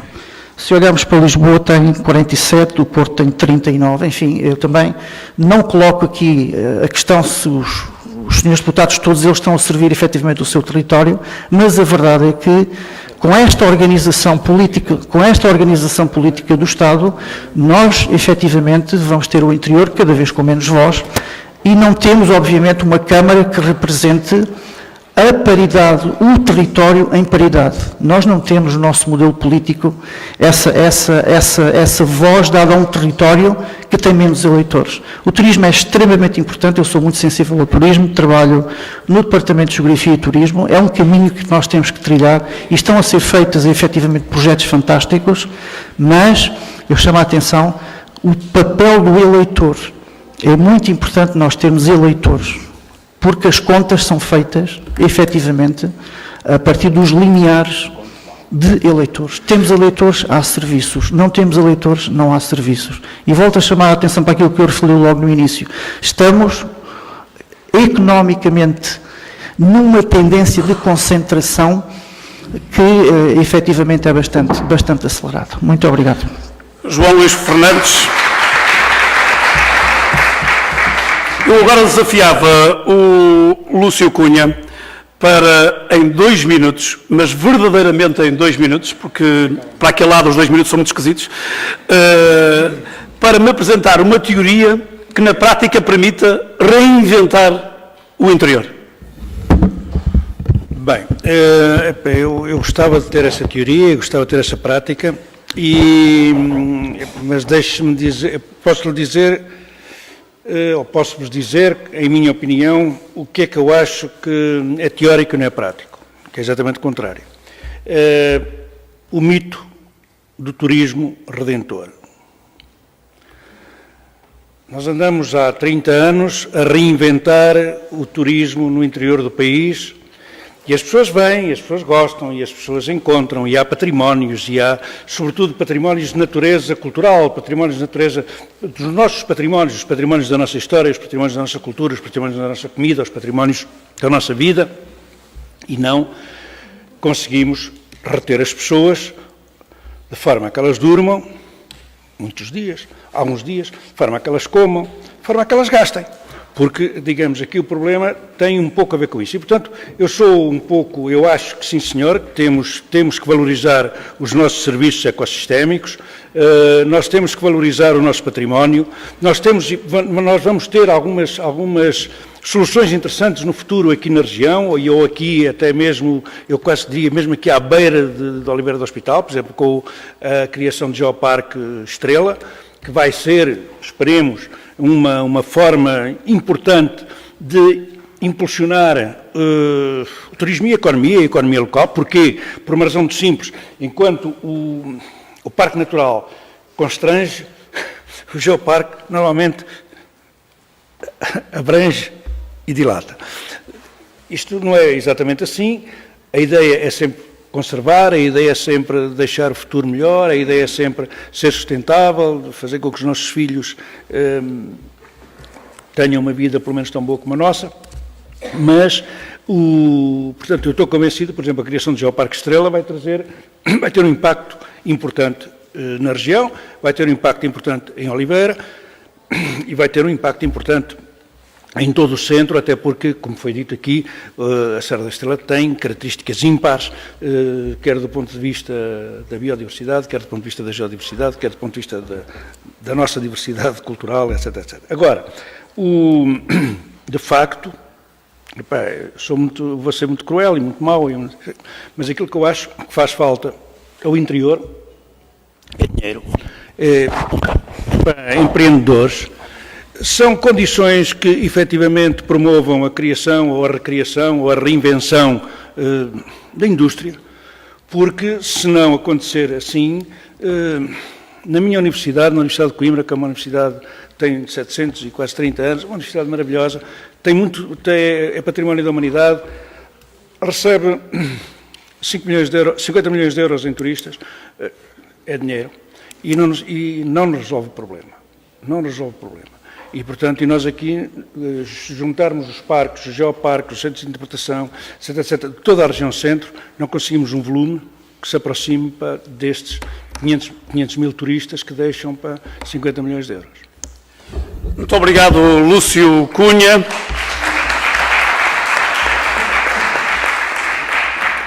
Vamos agora voltar a António Amaro. Em termos económicos, o valor é o mesmo, 2 minutos. Não vamos falar de regionalização, uns amam, outros odeiam, deixamos esse debate para outras núpcias.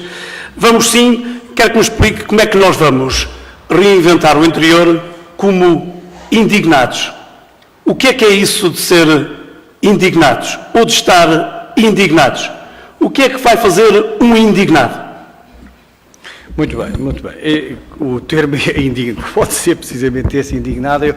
O que eu poderia dizer, provocando ainda mais, é um sobressalto político que é necessário. Eu ouvi este termo quando foi dos incêndios e, muito sinceramente, eu pensei, bom, agora sim toda a gente acordou para o interior, agora sim toda a gente viu essa realidade, agora sim em Lisboa viu-se muito nas televisões, etc, etc. E fiquei à espera que esse sobressalto tivesse reflexos do ponto de vista político.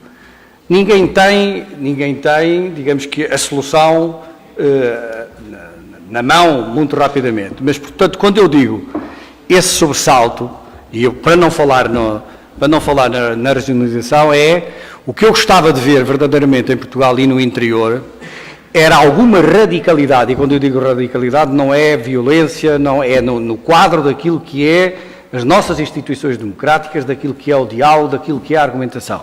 Eu gostava de ver alguma radicalidade no sentido de despertar consciências muito acima daquilo que é o espectro, muito acima daquilo que é o espectro partidário, mas muito politizado, despertar as consciências para dizer uma coisa muito simples, que é esta: durante os 45 anos de Abril, realizou muito bem muitas coisas, ao nível da educação, ao nível da esperança de vida. Veja-se que nos anos 50, 60, a esperança de vida estava em 50 anos. Prevê-se que daqui por mais uma década estejamos nos 80 e agora anda nos 70 e tal. A mortalidade infantil, tudo isso são grandes conquistas de Abril. E também se construiu algo muito importante, que é a liberdade. Então, se temos essa liberdade, é exercê-la. E exercê-la é dizer uma coisa muito simples, não precisamos de complexificar o nosso discurso. Quer dizer, se nos últimos 40 anos, com este modelo de desenvolvimento, a concentração é cada vez maior, inclusive a concentração é que não é as duas áreas metropolitanas, é outro erro. É uma área metropolitana. Aliás, basta ver os telejornais e o que nós vemos é Lisboa está na moda, não é Portugal que está na moda, é Lisboa está na moda. E o Porto também aparece. Mas a grande concentração está a fazer-se em Lisboa e o grande sobressalto, para ser muito simples, é este. O sobressalto é dizer, se este modelo de desenvolvimento levou a isto, e os diagnósticos estão feitos, os números existem, então é preciso alterar esse modelo de desenvolvimento. E esse modelo de desenvolvimento é fazer algo que ainda não foi feito. E o fazer algo que ainda não foi feito não são promessas. É fazer uma verdadeira reforma do Estado, não é aquela reforma do Estado em folhas A4. É uma verdadeira reforma do Estado de alto a baixo, que leva a que nós possamos conhecer o nosso território do ponto de vista administrativo e ver as pessoas nas suas regiões a ter um papel ativo. E por isso o que eu quero dizer é despertar as consciências no sentido de dizer o que foi feito até agora não resultou. Se não resultou, é preciso uma alternativa. Se há uma alternativa, é outro modelo de desenvolvimento. Queria dizer, está dito, António Mário. Ok. Eu voltava muito brevemente ao José Conde, já que não vimos o lince que conseguiu captar em Oliveira do Hospital, faça você de lince e diga-nos aqui como é que se pode reinventar o interior ali a olhar do lado da Serra da Estrela. É mais fácil fazer de lince. Mas, eu mais uma vez volto a dizer que obviamente não tenho as soluções. Se eu tivesse, não estaria aqui. Mas de qualquer forma, e vou ter que repetir sempre isto, que me colocar a questão, mas numa sociedade ideal e rica, falar de conservação de natureza é relativamente fácil, não é? Porque utilizamos apenas argumentos relacionados com valores ecocêntricos, com os valores próprios da natureza para fazer a sua conservação. Ora, a nossa sociedade não é ideal nem rica, portanto nós vamos ter que encontrar motivações para fazer a conservação da natureza e querer a conservação da natureza. Essas motivações são económicas e, em grande parte, não vai ser, como disse muito bem, a solução milagrosa para resolver os nossos problemas, mas, de facto, o turismo de natureza é um complemento e é um complemento importante, sobretudo quando existem territórios que ainda conservam biodiversidade e que conservam também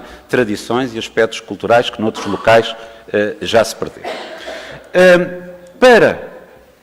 Para isso, é preciso ter uma boa oferta turística ao nível do património de natureza. Ao nível do património cultural, acho que a sociedade em geral está muito mais alertada e muito mais consciente. Por exemplo, nós temos mais percepção da importância do Mosteiro da Batalha do que do Narciso do Mondego. Isto é claro, a sociedade está muito mais voltada para os valores culturais. De qualquer forma, se nós pensarmos que, por exemplo, na Serra da Estrela, a oferta turística ao nível da natureza passa, sobretudo, pela visitação ao longo da rede viária existente, sobretudo a Estrada Nacional 338 e a 339 e as demais estradas que atravessam o Planalto Superior, e agora o acesso pedonal ao Covão dos Conchos, isto mostra... Não toca ali no braço. Isto mostra que, de facto, está muito por fazer. E, portanto, ainda temos aqui uma margem de progressão em termos económicos que pode ser muito interessante. O que é que podemos fazer nesse sentido? Bom, é importante para essa qualificação turística promover a animação ambiental, a interpretação ambiental, o desporto de natureza, a promoção destas atividades, e estou a falar de atividades como o birdwatching, as caminhadas a pé, os passeios de bicicleta, etc. Estas atividades podem ser muito importantes na dinamização de outros setores da economia local, em particular a comercialização de produtos genuínos, de produtos que são tipicamente da região. Depois, também ao nível dos equipamentos e das infraestruturas, há muito ainda por fazer. Portanto, é fundamental ter uma boa rede de centros de interpretação, que ainda não existe. É fundamental ter uma boa rede de percursos pedestres e, sobretudo, assegurar a manutenção de percursos pedestres. Em Portugal, felizmente, há já muitos municípios que desenvolveram redes municipais de percursos pedestres, mas a larga maioria tem uma manutenção muito eficiente. Mesmo nas áreas protegidas, eu vou dar o caso da Serra da Estrela, em 6 municípios há apenas 2 que têm rede municipal de percursos pedestres. E estamos a falar de uma área protegida. Portanto, estes são alguns aspectos apenas que eu posso referir, como há limitações de tempo, não refiro mais, mas há, de facto, muitos aspectos em que é fundamental trabalhar e se esse trabalho for feito de uma forma correta, honesta, eu estou seguro que poderá, indo de acordo a algumas das questões que foram colocadas no início, poderá aumentar a empregabilidade, uma melhor gestão do espaço florestal poderá até reduzir o risco de incêndios e pode diminuir até o desprezo pelo interior. Muito bem, muito obrigado. Posso só... 5 segundos. Eu sou muito rápida. 5 segundos, que eu acho que Você é terrível, a par da qualificação... Há uma questão que nós às vezes nos esquecemos muito. A par da qualificação das infraestruturas, há uma coisa muito importante, que é a qualificação dos recursos humanos. Nos centros de interpretação, nas hotelarias, nos alojamentos, nos restaurantes, etc., de quem recebe. Para ter esta genuidade das tradições que o Zé estava a referir. Para as pessoas voltarem. Muito obrigado, bom contributo.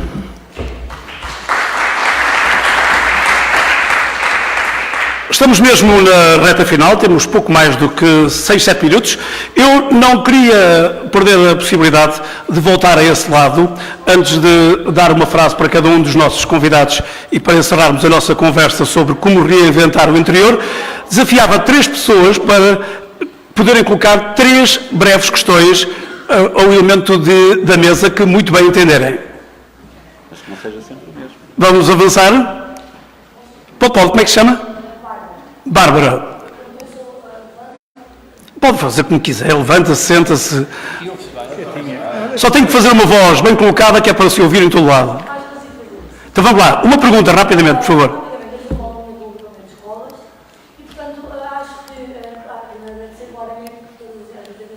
Vamos passar os agradecimentos.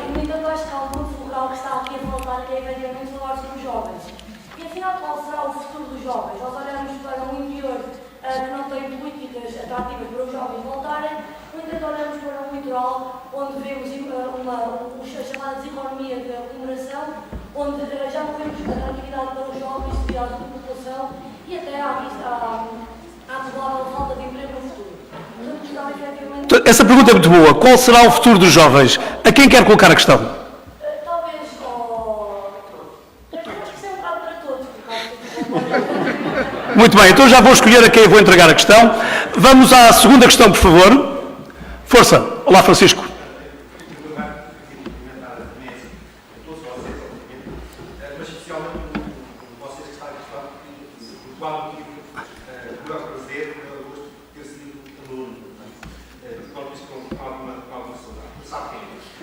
Pronto, está dito agora. A pergunta.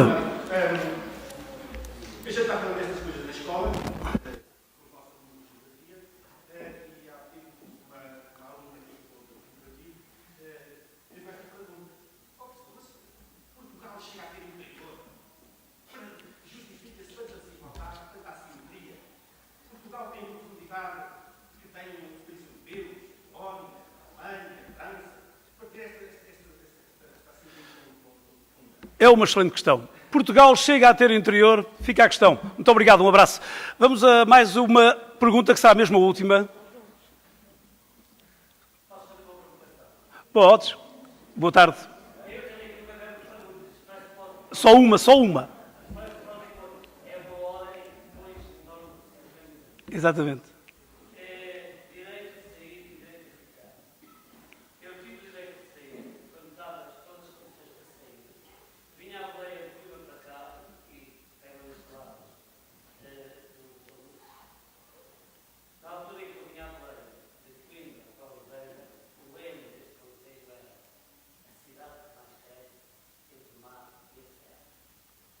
Nessa altura enganava a boleia, vi desaparecer a Nacional 7, se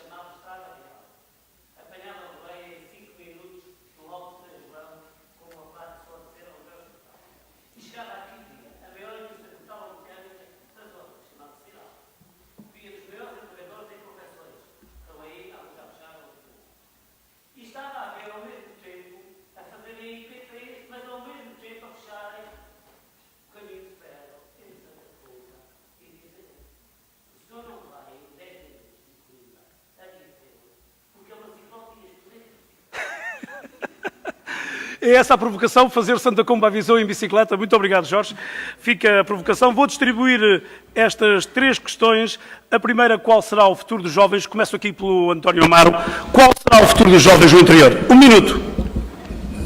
Bem, num minuto é muito difícil, mas vou tentar cumprir, não é? Vou tentar cumprir.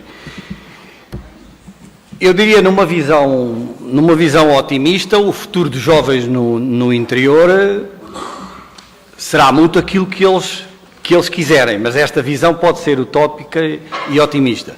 Numa visão mais realista e se calhar mais pessimista, eu diria o seguinte: o que eu temo verdadeiramente é aquele ciclo vicioso da pobreza, ou se quiser, aquele ciclo vicioso do subdesenvolvimento. O que é que isto significa? Eu vou pegar algo que foi dito aqui, um colega também que saúde daqui, que é quando referiu e que vinha para o Oliveira do Hospital e até havia aqui mais indústrias e etc, etc. O que aconteceu nos últimos 20 anos, eu gostava de dizer isto, não foi só assimetrias regionais. O que aconteceu nos últimos 20 anos é aquilo que um colega meu, José Reis, que aliás já foi Presidente da Comissão de Coordenação do Desenvolvimento Regional, que diz, e que é aqui do Oliveira do Hospital também, e que é meu colega, e que diz uma coisa muito interessante num artigo que escreveu ainda muito recentemente, precisamente a dizer, e por causa da regionalização, ele diz: o que aconteceu não foi só assimetrias que se agravaram, foi o deslaçamento deste país. E o que é o deslaçamento? Significa que há 20 anos ainda tínhamos em determinadas regiões do país determinadas indústrias que eram, de algum modo, aquilo que se chama distritos industriais, ou seja, conglomerados, etc. O que aconteceu nestes últimos 20 anos, e muito por causa do modelo de desenvolvimento que não tem só a ver com Portugal, foi que a concentração, é bom ter consciência disso, a concentração económica de criação de riqueza, de criação de emprego, digamos que a criação de algumas expectativas, cá está para os jovens, está cada vez mais concentrada como nunca. E, portanto, o que eu diria é, eu gostaria muito que ficasse cá e que pensasse com otimismo que isso é possível, mas para isso tem que acompanhar as pessoas neste sobressalto e reivindicar para aqui muita coisa. Muito obrigado, António Amaro. Lúcio Cunha, Portugal chega a ter interior? Tem aí um microfone.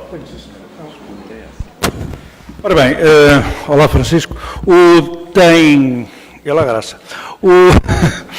interior, Portugal tem interior.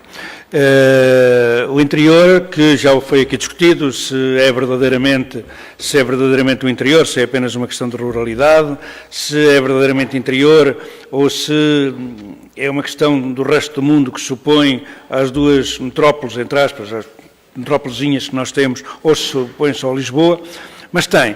E tem um interior diferente do interior de outros países europeus.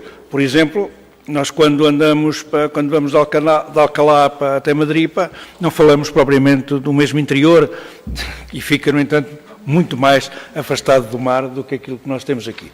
Só deixar uma nota de otimismo para os mais jovens e dizer que o futuro é complicado para todos nós, não sabemos, são tempos de mudanças vertiginosas e, menina, nós temos que aprender a aprender.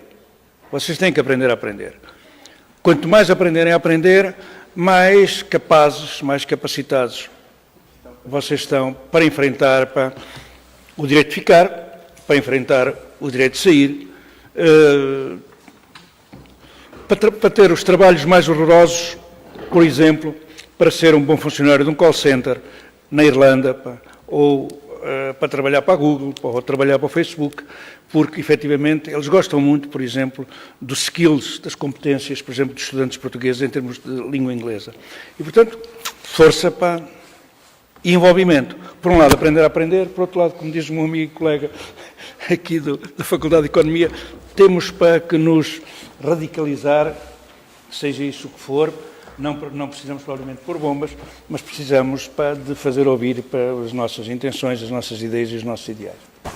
Muito obrigado, Lúcio Cunha. Tenho a última provocação que foi do Jorge e que falava da ciclovia e de bicicleta de Santa Combadão até Viseu. Volto naturalmente onde começámos, com o João Luís Fernandes, que falou no início no direito de ficar. Eu coloco a questão pela negativa. Estão a tirar o direito de ficar aqui? na perspectiva mais pessimista, sim. Aliás, nós temos direito a fazer as nossas escolhas. Nós temos direito à liberdade de escolha. Aliás, há um livro que me marcou bastante, Amartya Sen, chamado O Desenvolvimento como Liberdade. A liberdade não é a liberdade de fazermos o que entendermos ou a anarquia. É a liberdade de tomarmos opções diferentes. Eu também sou pai, também lido com jovens, e o que nós podemos esperar do futuro, e nós não sabemos o que é que vai ser o futuro é uma incógnita, e está a mudar muito rapidamente. Mas nós queremos deixar aos nossos jovens opções geográficas mais amplas, porque se nós vamos deixando o país encolher, se vamos deixando o país concentrar-se, nós estamos efetivamente a retirar opções de escolha aos nossos jovens, que obviamente têm o dever, e já não é o direito, mas também o dever de procurar efetivamente as melhores opções para a sua vida e para os seus projetos pessoais e individuais. É evidente que há aqui um papel extremamente importante de todos nós, das instituições. A escola tem um papel fundamental. Neste momento há a hipótese eu julgo, ajustar currículos 25%, não é, se não estou em erro.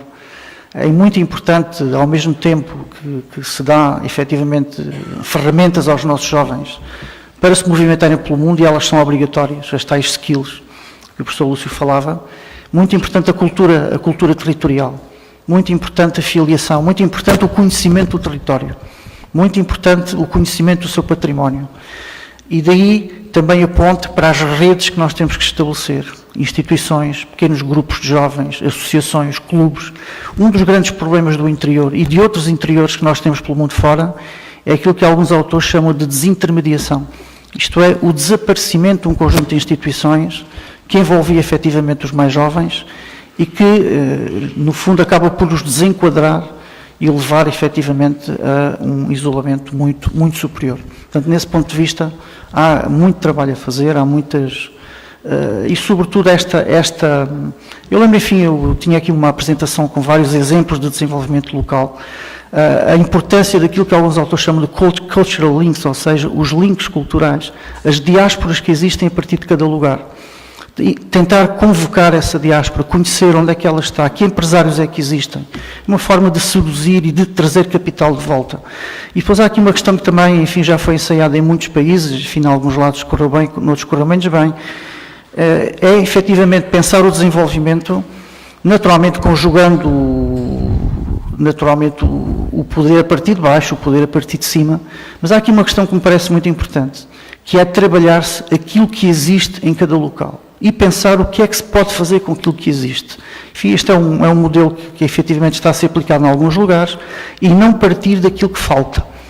Porque às vezes o partir daquilo que falta leva-nos a, eu diria, repetir infraestruturas, a trazer elementos que não são necessários para o nosso lugar. E, portanto, partindo do que existe, o que é que se quer fazer com o que existe, nem que seja uma pequena planta, nem que seja algo que efetivamente seja um marcador identitário. Penso que essa pode ser uma boa, não é solução com certeza absoluta, mas tudo isto é sistémico e tudo isto tem que ser sempre muito monitorizado ao longo do tempo, porque o futuro é um grande, grande desconhecido. Muito obrigado. João Luís Fernandes. Estamos mesmo já com quase um minuto para lá das 8h30 da noite. Vou dar uma borla ao Francisco e pedir a outro Francisco que substitua o Francisco a quem eu vou dar uma borla para que o José Francisco Rolo faça o seu exercício mais difícil, que é numa frase poder sumarizar, numa frase, repito, sumarizar o que aqui aconteceu neste debate, reinventar o interior. Com muito gosto, não é essa a frase. Com muito gosto. Eu tirei muitas notas e espero que elas representem outras notas, ideias que tragam fundos, que é isso que também precisamos. Gostei muito deste paradoxo, direito de sair, direito a ficar. O direito a sair, por esta razão que o professor aqui disse, o desenvolvimento como liberdade. O que é que queremos para as nossas vidas? Eu saí temporariamente e regressei, porque tenho as tais ligações culturais. Eu sou daqui, sinto-me aqui, estou cá enraizado. Em resposta à Bárbara, sabes, sonho com o dia e tudo farei para que os projetos de interesse nacional, quando forem assim declarados pelo Governo da República Portuguesa, os projetos de interesse nacional, mais fáceis, mais ágeis, mais financiados, possam ser só projetos na faixa interior de Portugal.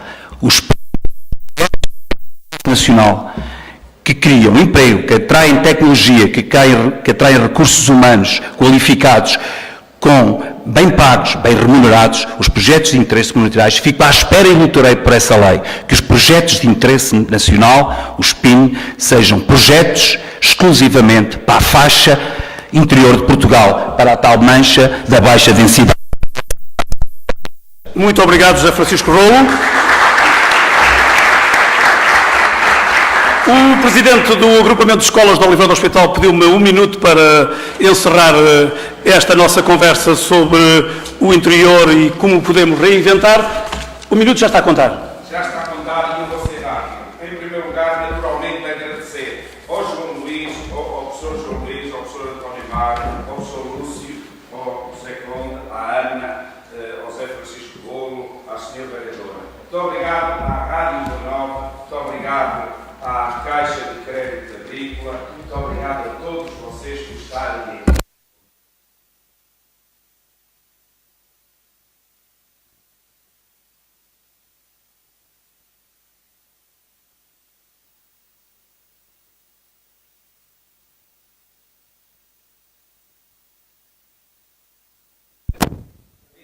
Ciências Sociais e Humanas e a todos os professores aqui envolvidos, um segundo grande colóquio, uma segunda grande reflexão.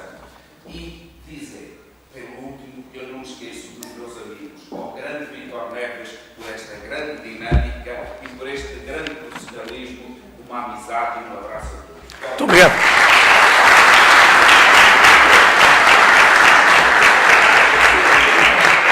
Meus amigos, moderar um debate com gente com tanto conhecimento, com tanto para partilhar, com tanto para dizer, é muito difícil. Queria dar um abraço ao Lúcio Cunha, ao João Luís Fernandes, ao António Amaro, ao Zé Conte, um beijinho à Ana Fonseca e dizer-vos que é um gosto estar aqui, dar os parabéns ao Agrupamento de Escolas de Oliveira do Hospital, dar os parabéns ao Departamento de Ciências Sociais e Humanas. Se me voltarem a convidar, virei aqui com o mesmo gosto. Se não voltarem a convidar, virei aqui assistir. Mas se não me convidarem, vou ficar triste. Um abraço para todos. Muito obrigado.